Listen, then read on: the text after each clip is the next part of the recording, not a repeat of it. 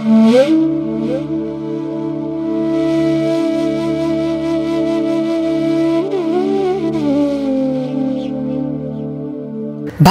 एक ऐसा राष्ट्र है जो अपनी पहचान को सदियों से मिट्टी के ढेर के नीचे दबाए हुए है।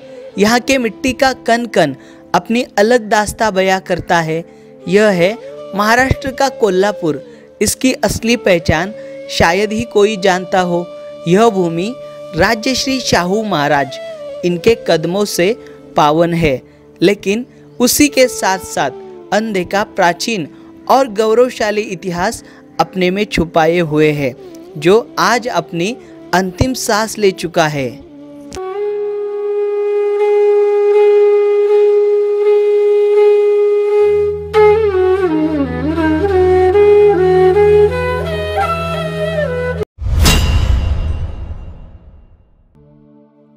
सदियां बीत जाती है, अपना वजूद छोड़ जाती है। आज भी भारत के कोने कोने में हमें तथागत बुद्ध के अवशेष दिखाई देते हैं। जय भीम, नमो बुद्धाय। आप सभी का स्वागत है आपके चहेते चैनल पर, जिसका नाम है बोधिसत्व। इस बोधिसत्व यूट्यूब चैनल के माध्यम से हम प्राचीन भारत का इतिहास देख रहे हैं। इसमें आमतौर पर प्राचीन बौद्ध गुफाएं और प्राचीन बौद्ध स्तूपों की जानकारी हम ले रहे हैं। किस प्रकार सारे भारत भर में यह जो प्राचीन बौद्ध गुफाएं और यह जो प्राचीन बौद्ध स्तूप है, यह अपनी अंतिम सांस लेते हुए हमें दिखाई दे रहे। आज का यह वीडियो बहुत ही महत्वपूर्ण है, क्योंकि आज हम जाने वाले हैं कोल्हापुर के पश्चिम में हमें एक तथागत बुद्ध का प्राचीन बौद्ध स्तूप दिखाई देने वाला है। लेकिन वह प्राचीन बौद्ध स्तूप आज पूरी तरह से नामशेष हो चुका है। वहाँ पर उससे पूरी तरह से अनदेखा किया गया है। उसके कारण वहाँ पर स्तूप है या नहीं, यह हमें प्रश्न उपस्थित होता है। इस जगह का नाम है ब्रह्मपुरी। जी हाँ, कोल्हापुर से करीबन 1-2 किलोमीटर की दूरी पर यह ब्रह्मपुरी नाम की जगह है। यहीं पर प्राचीन काल में और सम्राट अशोक के समय से या फिर सातवाहनों के समय में यहाँ पर लोग रहा करते थे। यहाँ पर हमारी प्राचीन संस्कृति रहा करती थी, उसके अवशेष हमें दिखाई देते हैं। तो यह जगह लोगों को पता नहीं है, या फिर कोल्हापुर वासियों को भी उनका इतिहास और इसकी जानकारी नहीं है। प्राचीन काल में कोल्हापुर को कोल्हापुर या फिर अलग अलग से नाम है, उस नामों से जाना जाता है। तो इस कोल्हापुर में यह जो प्राचीन बौद्ध स्तूप है, जो कि बहुत ही महत्वपूर्ण था, वहाँ पर कुछ अवशेष भी मिले थे। और वह अवशेष आज जो है वह आर्कियोलॉजी विभाग ने जो वहाँ का म्यूज़ियम है वहाँ पर रखे हैं, लेकिन इसका ज़्यादातर प्रमोशन नहीं किया गया है। और यह जो उत्खनन कब हुआ और यह बातें कब सामने आई, इसके बाद लोगों ने क्या किया, यह हम इस वीडियो के माध्यम से देखने वाले। तो यह वीडियो शुरू करने से पहले आपसे अनुरोध है, अगर आप इस चैनल पर नए हो तो इस चैनल को अभी सब्सक्राइब करें और साथ ही बेल आइकन को भी प्रेस करें, ताकि इस चैनल पर आने वाले वीडियो आप सबसे पहले देख पाओगे। साथ ही साथ आपको लगता हो यह जो बोधिसत्व का कार्य है इसी प्रकार सारे भारत भर में हो, तो उसके लिए आप इस चैनल को आर्थिक सहयोग करें, ताकि इसी प्रकार के वीडियो हमेशा आप तक आते रहेंगे। तो यह ज़रूर करना। तो चलिए आज का यह वीडियो हम शुरू करते हैं।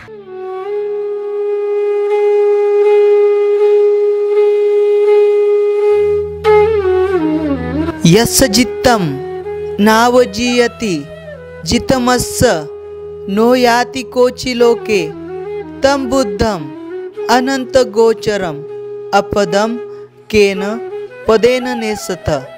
जिसको विजय पराजय में कोई बदल नहीं सकता, जिसने जो जीता है उस तक दुनिया का कोई नहीं जा सकता, उस स्थान रहित अपद अनंत ज्ञानी बुद्ध को कौन से मार्ग से अस्थिर कर सकोगे।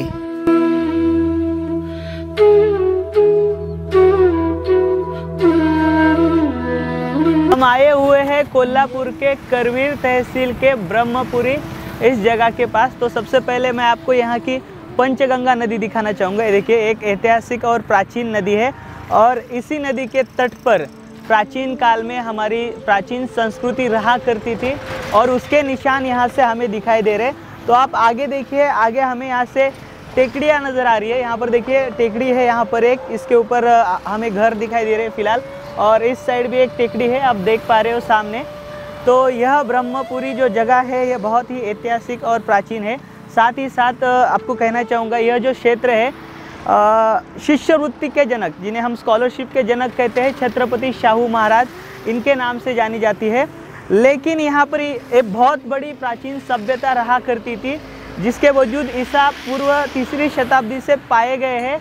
लेकिन यह बातें आज तक लोगों के सामने आई नहीं, अपितु सामने लाने की कोशिश किसी ने भी नहीं की। यह जो कोल्हापुर है, यह कोल्हापुर में का सबसे ऐतिहासिक और प्राचीन ऐसा ठिकान है, यह जगह है। यहीं पर प्राचीन काल में पुराना जो कोल्हापुर है, यहीं पर उस कोल्हापुर की बस्ती हुआ करती थी, जिसे ब्रह्मपुरी कहा जाता है। जी हाँ, यहाँ पर शिलालेख भी मिला था। उस शिलालेख की जानकारी मैं आगे दूंगा आपको। उससे पहले आप यह नज़ारा देखिए यहाँ का। ये देखिए, यह है पंचगंगा नदी और सामने हमें स्मशान भूमि दिखाई दे रही है। फिलहाल देखिए, ऐसी जगहों पर क्या होता है, अक्सर पुरातन विभाग जो है वह सोने का काम करता है। यहाँ पर मैं बताना चाहूँगा आपको, ये जो जगह है पहली बार 1877 में प्रकाश में आई थी। 1877 से ही यहाँ पर प्राचीन अवशेष मिलने शुरू हुए थे। लेकिन देखिए, भारतीय पुरातन विभाग यहाँ पर बहुत सी बातें हुई, मैं इस वीडियो के अंदर आपको बताऊंगा। उत्खनन कब हुआ और उत्खनन किसने किया, उसके बाद भारतीय पुरातन विभाग ने क्या किया और आज भारतीय पुरातन विभाग क्या कर रहा है, यह ज़रूर मैं आपको बताऊंगा। आप उससे पहले मैं और आपको अन्य जानकारी दूं।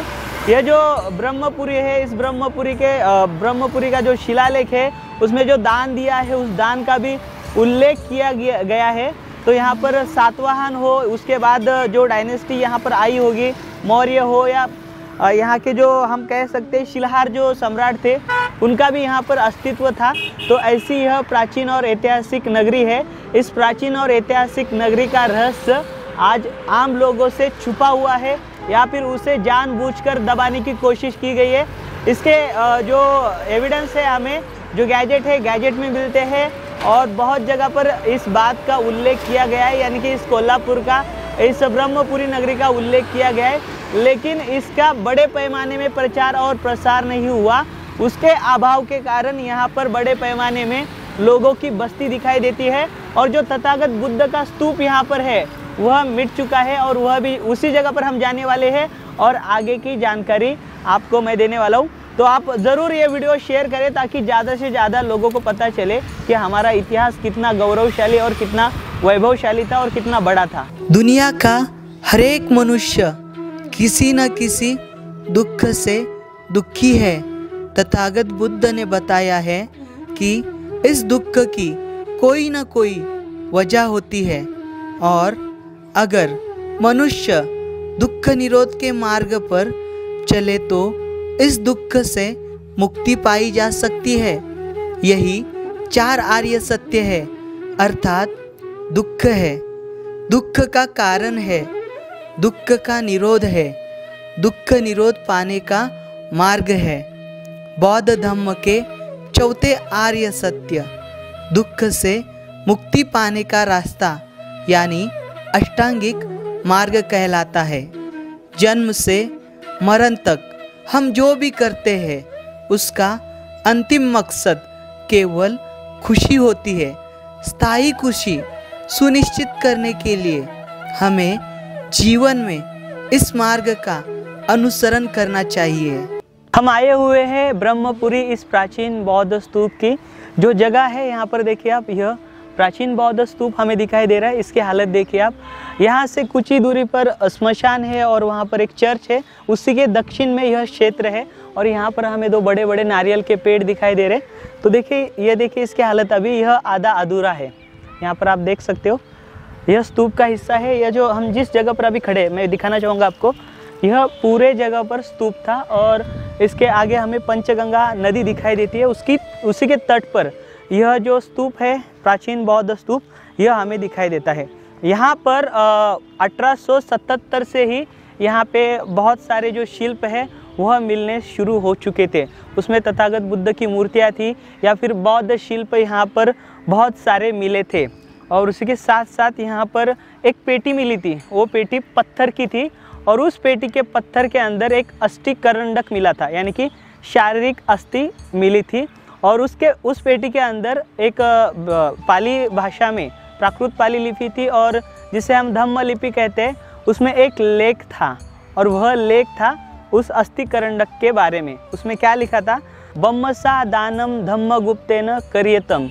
यह शिलालेख था, यानी कि धम्मगुप्त ने यह जो ब्रह्म किले यहाँ पर का जो स्तूप है वह दान दिया हुआ उल्लेख उसके अंदर किया गया है। आगे आइए, आगे हम देखते हैं यह स्तूप और इसकी जानकारी हम और अच्छे से लेने की कोशिश करेंगे। इसका शोध प्रबंध रा गो भंडारकर इन्होंने एशियाटिक सोसाइटी में प्रकाशित किया।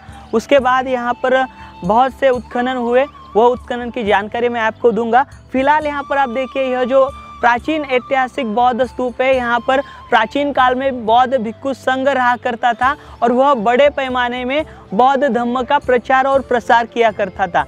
लेकिन आप फिलहाल की हालत देखिए, यहाँ पर देखिए आप, यहाँ पर विष्ठा है, यह मानवों की विष्ठा है। इसका इस्तेमाल शौचालय के तौर पर किया जाता है और यह जो हमें जगह दिखाई दे रही है, यह आम जगह नहीं और यह साधारण जगह नहीं है। यहाँ पर तथागत बुद्ध के अवशेष पाए गए हैं। तो आप सोचिए, यह प्राचीन काल में कितना बड़ा भव्य केंद्र था बौद्ध धर्म का, क्योंकि महाराष्ट्र में विदर्भ, उसके बाद सोपारा, उसके बाद यह जो कोल्हापुर हमें दिखाई दे रहा है, यहाँ पर जो बुद्ध के अवशेष है वह पाए गए हैं।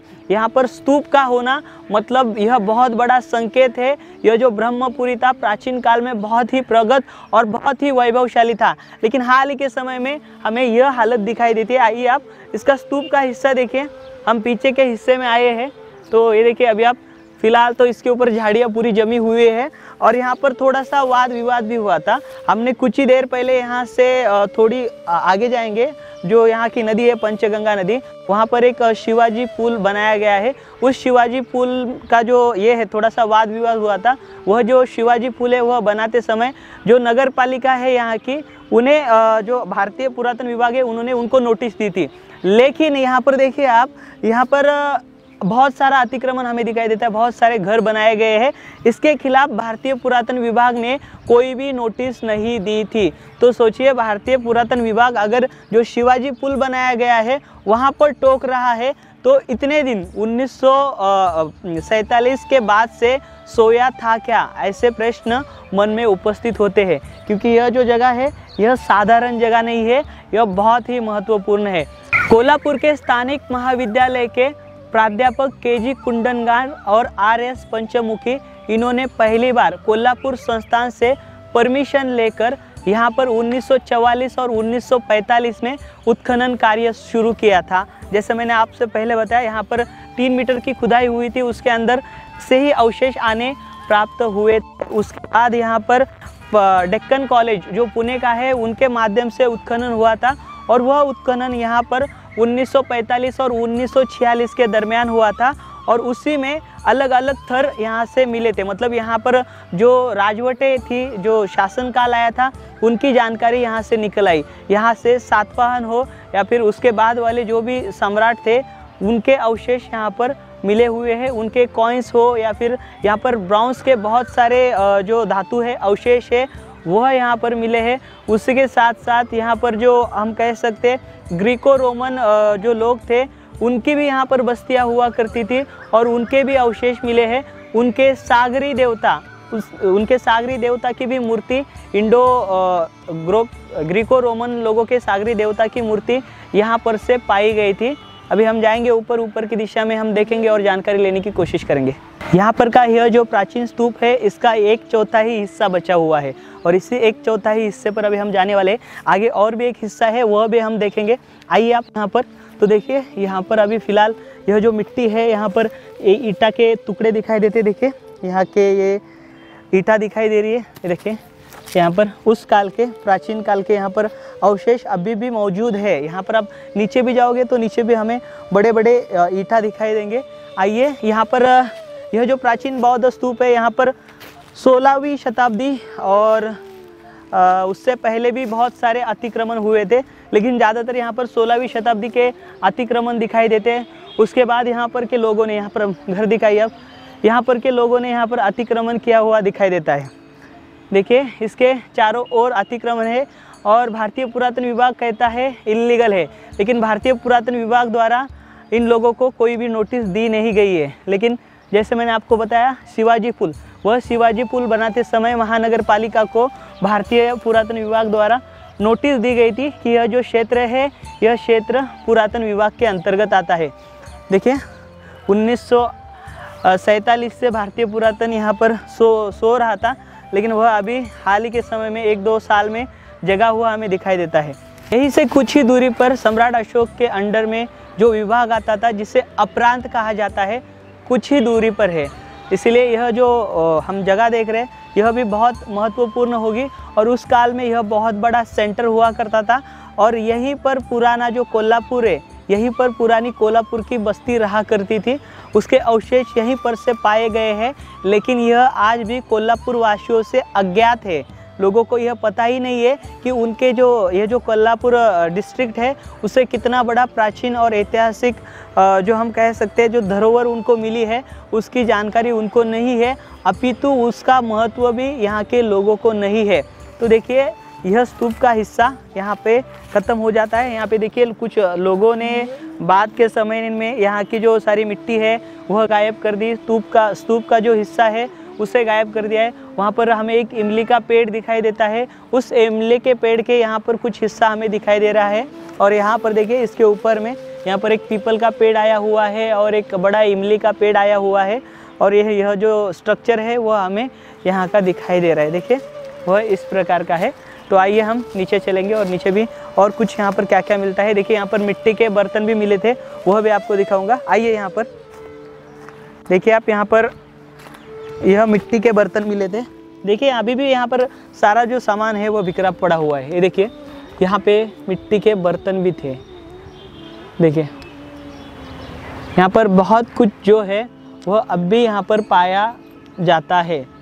तो देखिए ना क्या हालत हो चुकी है इस स्तूप की। यहाँ पर लोग जो यहाँ पर शौचालय जैसा इस प्राचीन बौद्ध स्तूप का इस्तेमाल कर रहे हैं, इससे हम कितना खेदजनक है। और ये बहुत ही यह सारी बातें यह योग्य नहीं है। आज हमने इस पंचगंगा नदी के तट पर प्राचीन अवशेष देखे। इसमें आमतौर पर 2 प्राचीन टेकड़ियाँ देखी। दरअसल यह प्राचीन बौद्ध स्तूप है और तथागत बुद्ध के अवशेष यहाँ पर हमने देखे। उसके अंदर प्राचीन ईंटें देखी और अन्य यहाँ पर जो अवशेष है वह हमें दिखाई दिए। इसके उत्खनन के बारे में भी जानकारी दी और यहाँ पर कौन सी चीज़ें मिली इसकी भी जानकारी आपको मैंने इस वीडियो के माध्यम से देने की कोशिश की है। अब हम यहाँ पर पंचगंगा नदी के तट पर है और आप मेरे पीछे देख पा रहे हो यहाँ पर एक प्राचीन शिल्प है जिसे कुछ लोग महालक्ष्मी कहते हैं और कुछ लोग इसे गजलक्ष्मी कहते हैं। दरअसल यह तथागत बुद्ध की माँ है जिन्हें हम महामाया जी कहते हैं।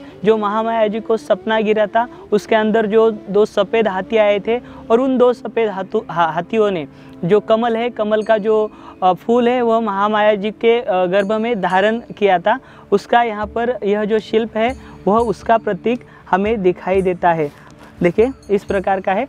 तो आप सोच सकते हो यह जो पंचगंगा नदी के तट पर यह जो टेकड़ी जिसे कहा जाता है ब्रह्मपुरी, दरअसल यह प्राचीन कोल्हापुर का हिस्सा है और यहीं पर प्राचीन काल में कोल्हापुर की नगरी रहा करती थी। इसलिए इसका जो यहाँ पर जो शिलालेख मिला था उसी शिलालेख के आधार पर इसका नाम ब्रह्मपुरी रखा गया है। तो आशा करता हूँ आज का यह जो वीडियो और यह जो जानकारी है यह आपको अच्छी लगी होगी। अगर यह वीडियो आपको अच्छा लगा हो तो इस वीडियो को लाइक करें, कमेंट दें, शेयर करें। अगर आप इस चैनल पर नए हो तो इस चैनल को अभी सब्सक्राइब करें और साथ ही बेल आइकन को भी प्रेस करें ताकि इस चैनल पर आने वाले वीडियो आप सबसे पहले देख पाओगे। अगर आपको यह बोधिसत्व का कार्य अच्छा लगता हो तो आप इस बोधिसत्व यूट्यूब चैनल को आर्थिक सहयोग कर सकते हो। आर्थिक सहयोग करने के लिए गूगल पे, फ़ोनपे, पेटीएम इनका नंबर डिस्क्रिप्शन में साथ ही साथ आपको डिस्प्ले हो रहा होगा, उसके ऊपर जाकर आप इस चैनल को आर्थिक सहयोग कर सकते हो। तो मिलेंगे अलग और बेहतरीन और जानकारी के साथ। तब तक आप अपना खुद का ख्याल रखिए। जय भीम, नमो बुद्धाय, जय भारत।